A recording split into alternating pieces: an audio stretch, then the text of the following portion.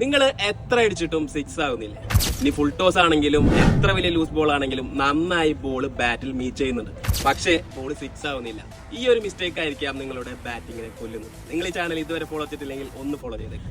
റസലിന്റെ power hitting നോക്കുകയാണെങ്കിൽ high back lift ഒറ്റ ഫ്ലോയിൽ നിന്നായിരിക്കും ബാറ്റ് വരുന്നത്. നല്ല ഹൈയിൽ നിന്നും ഒറ്റ ഫ്ലോയിലായിരിക്കും ബാറ്റ് വരുന്നത് എന്ന് നമുക്ക് ഈ വീഡിയോയിൽ കാണാം. ഇനി കോഹ്ലിയുടെ കവർ ഡ്രൈവ് ആണെങ്കിലും ഹൈ ബാക്ക് ലിഫ്റ്റിൽ നിന്നായിരിക്കും ബാറ്റ് വരുന്നത്.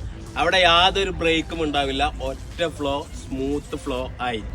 പല ബാറ്റേഴ്സും ചെയ്യുന്ന ഒരു ബിഗ് മിസ്റ്റേക്ക് ആണ്, അവർ ബാറ്റ് ഹൈയിൽ നിന്നും കൊണ്ടുവരും, പക്ഷെ ഇവിടെ വന്ന് അത് ബ്രേക്ക് ആവും. വീണ്ടും ഇവിടെ നിന്നും ഈ ഒരു ആർക്കിൽ നിന്നായിരിക്കാം അവർ ബാറ്റ് സ്വിംഗ് ചെയ്യുന്നത്.